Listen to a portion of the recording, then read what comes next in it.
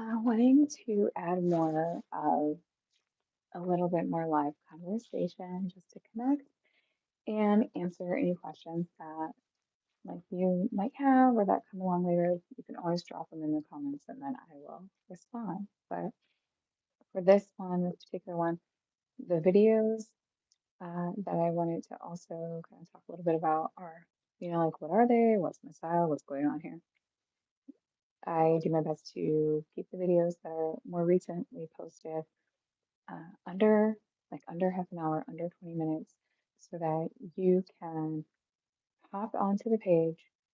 You can take a little stretch, move your body, and maybe make some time for stillness or meditation. Just calm any thoughts, calm the breath, calm the body. Maybe after, especially a class that's made to move and heat you up and work your core.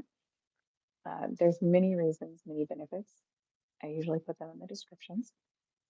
And then sometimes it's nice to full circle around and discuss what's happening in those videos, why things are, and why we're moving the way we do. And I love to show the adaptions. The adaptions I mean by that is there's traditional yoga, it's just you, your body, maybe you have a yoga mat and you're moving through. There's adaptions or adaptive yoga, which one version is chair yoga. The chair is a prop. You're adapting the traditional movements, bringing them to seat. And so you have that option. Then it's nice to break down exactly what's going on, which we're going to do here with chair pose.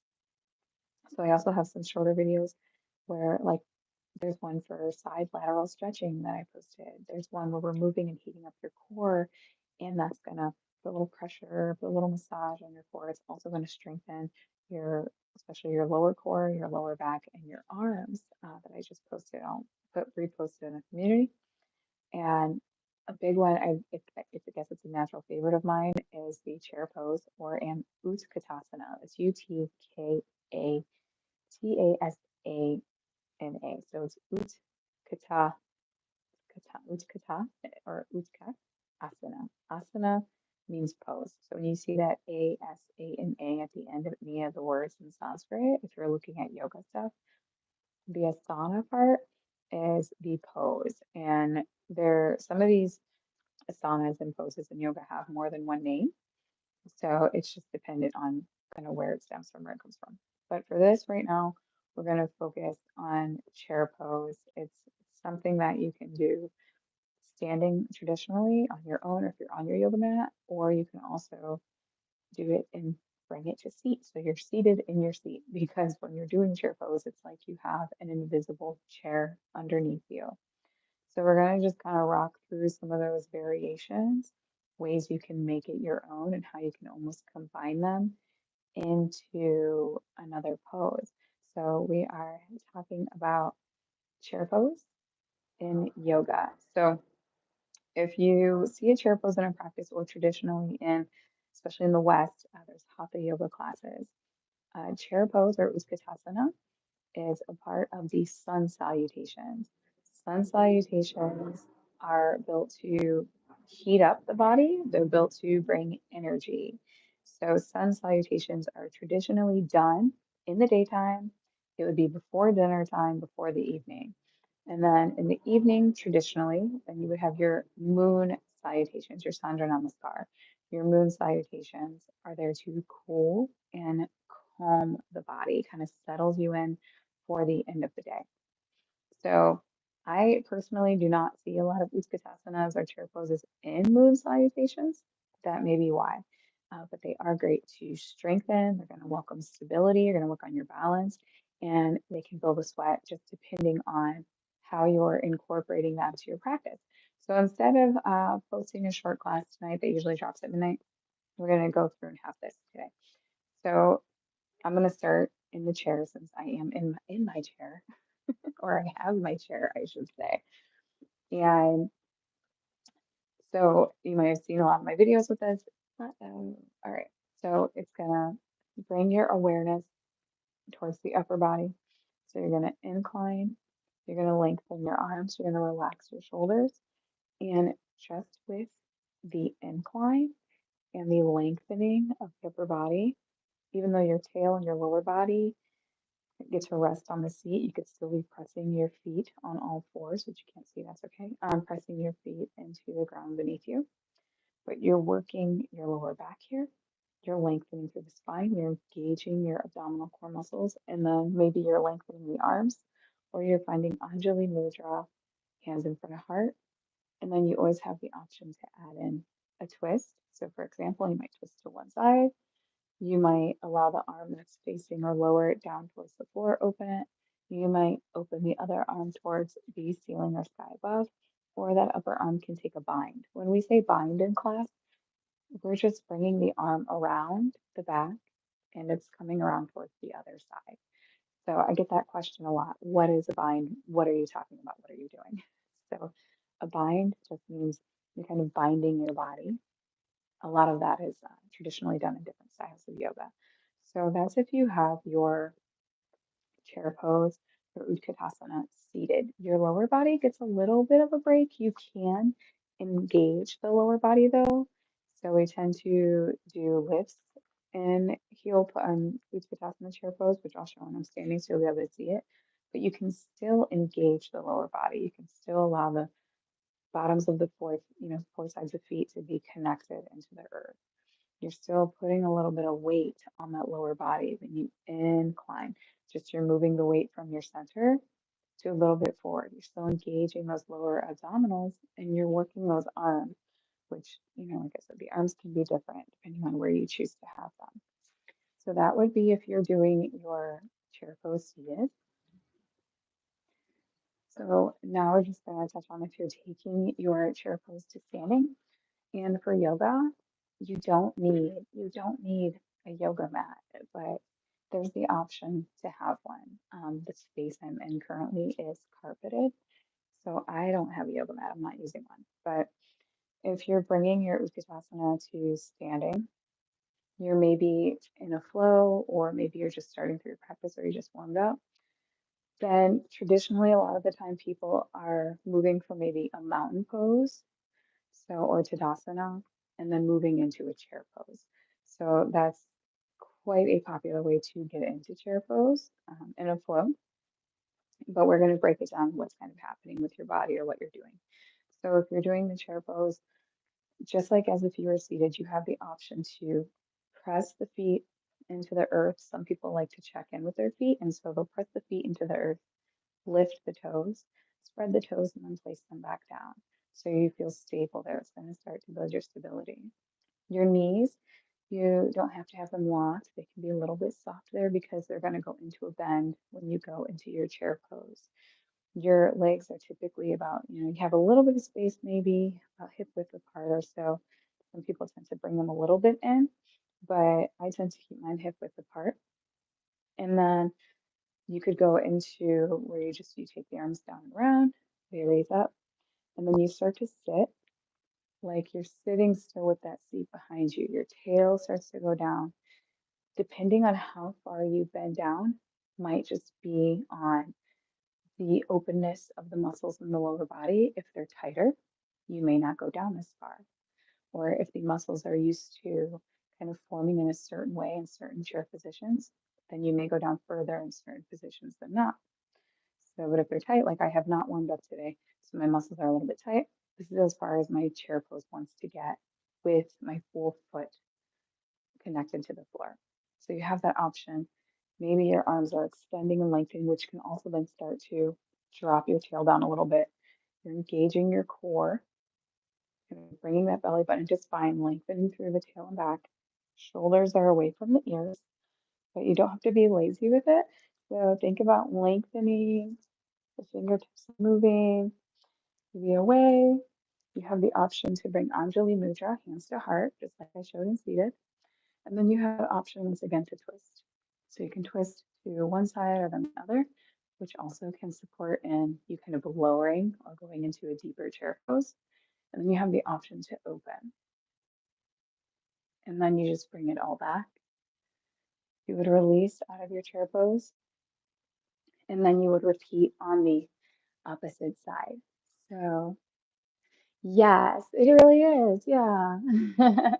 It's definitely all about engaging your core, definitely. So You really, that helps you to find your stability, find your strength. Beautiful. Thank you for that sharing that, Bob. I appreciate it. And then, in yoga, we're all about balancing. So if you're doing something on one side, you're going to do it on the opposite side. So you don't have to change anything yet. You can keep it to those foundations. You just kind of start to align again. Maybe you start in Tadasana again, taking those arms down and around. Maybe you start to find that you don't have to keep it broken down, but you can start to flow just right into it as you sit into your seat deeper. Your arms lengthen at the same time. You bring your Anjali Mudra. Then maybe you decide to twist the opposite direction this time. You open it up. Now, talking about that bind again. So, if you're in a standing chair pose and you're welcoming that bind, it's the same as if you were seated.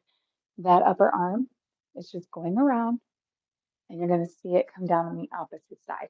So, to talk a little bit about the bind, if you're taking an arm that's going up towards the sky and you're binding it, you're just bringing it around the back. Eventually, as your shoulders open, as you warm up, as you go through your flow, that hand is maybe going to generally eventually it's going into your hip crease of the opposite side. And as sometimes then the hands can, kind of feel the hip crease, can feel that leg, feel that thigh right there in that hip crease. But like I said, as your body's opening, as your muscles are opening, the more you kind of practice and stretch, you'll see it change over time, possibly. So, also depends on how your body naturally works and moves and changes. So, and every day can be different. So, and one side may be more kind of into the bindiness or lengthening than the other. So, our bodies are so the same but so different all over. So if you're going into that, you have your traditional chair, you're sinking in. Maybe you take the hands to heart, Anjali, A-N-J, Anjali, A-N, J-A-L-I, Anjali, Anjali Mudra. And then you would take that twist out to the side. When the arm goes up, maybe you find that bind. So you would see my hand going into that hip crease.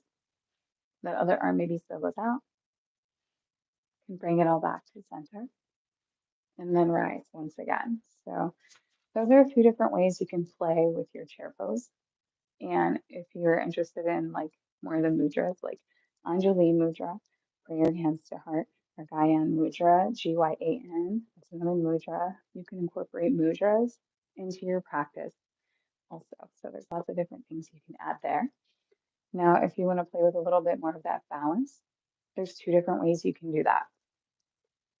With your chair, you can, and you don't have to keep the hands out. Sometimes you can just bring the hands where you feel supported. Maybe that's on the waist, maybe that's in the mudra, wherever. So it's all about also you're working with your body. So you're meeting yourself where you're at. And by that it's just you're not forcing yourself. You're not gonna, pushing yourself out of like you do wanna go outside of your comfort zone, but there's an edge there. There's something in your body that tells you like, oh wow, like this is maybe a little bit more difficult, but we're doing it versus like, oh, you went a little too far and then, something that maybe like injury or something uncomfortable, something can pop the wrong way. So you just want to kind of, your body will let you know where that place is. So you want to be cautious of those things too. But with that, other ways that you can start to kind of play with your balance or take your practice a little further, just with chair pose, and you can also do this actually with your goddess, or that's also known as horse pose, which I'll show you, is lifting up the heels in your chair pose. So say you warmed up, you're in your chair pose, da da da da da. So you're there. Then you have the option to start playing with your balance. You maybe lift off of one heel. Like I lifted off my right, and then maybe I put it back down on the floor, and then I lift my left heel. My tail wants to sink in, still engaging that core, pulling that belly button into spine. Now, if you're feeling good there, you have the option to maybe then lift both heels, check in with the knees so that they're not buckling, that they're still in line with the hips. Option to sit further. And you might just be on the ball of your foot, or you might be really on those toes. So that's one way to play with your balance. You have those toes pressing into the earth, getting a stretch there. Another way you can play with your balance is adding in a figure four. So you might have heard of figure four when we're seated. A figure four seated is sometimes also called a seated pigeon. So if you're doing it seated, it's when you just take one leg, you cross it past the other thigh, and you can have your hand to work on opening up the hips. And once again, if you do one side, you want to do the other side. You might hear some strange noises like I do in my body right now. Since I guess this is like the first thing I've done all day. But when you don't have the ski and you're working on that balance, then you're welcoming your feet kind of in line with the hips. You might, there's two ways you can transition into it where you just find your chair pose first and then you shift your weight to one side or the other, bring that leg over and across, and then you go into your chair. And I've also seen some people, if they're in their own private practice, just they like to find that figure four first. Maybe the hands are there to support it. And then when they're ready, they go ahead and sit back. I hear that some people tell me that they feel like this helps to ease into it a little bit more. They feel more stable going this way. And they also feel like it opens up the hips a little bit differently than when they're worried they're in chair, they're in their body, and they're like, oh man, now I have to shift from side to side. And then they feel like they get a little bit off kilter here. So it's kind of a side way to go into it. So you could play with that, see what feels good for you, see what feels better. I, depending on the day, I do tend to go into my chair pose or my figure four from chair pose a little bit more often. But it does feel kind of nice to just have that figure four, have the arms there to support. Take a breath, relax the shoulders, and then you can fall into it. So it does feel a little bit different. And then you can always find, you know, the different mudra. Some people even take a twist towards the knee side. So it's up to you which one you choose to play with. Now, before we go, I'm going to show that goddess like I said I would. So I'm not going to go into the pool maybe as wide as I might traditionally go into, but you can use a wall or something to support you if you're working on your balance still as you go into goddess, because goddess is all about like a deep hip opener. You typically might have the feet starting to point out and away, the heels are coming in. The hips or the legs might be a little bit, the hips are in line, but the feet might go a little bit outside the hips. And then you can start to find this deep squat. The knees go out, check in so that if they feel like they're buckling, you just move them out a little bit more. You're kind of thinking about tucking that tail.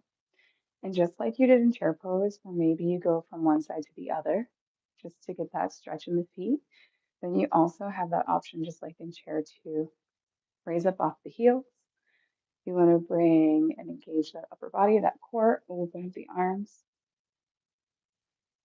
And then you have that option, of course, to release that. So just like we do in chair pose, where the heels are going up forward, you have the option in horse pose to take them out to the side. So that's just another little way to play with your balance. You could try out your goddess or horse pose also, and let me know how it goes. So I appreciate your time. Enjoy your day and take care. I'll see you next time.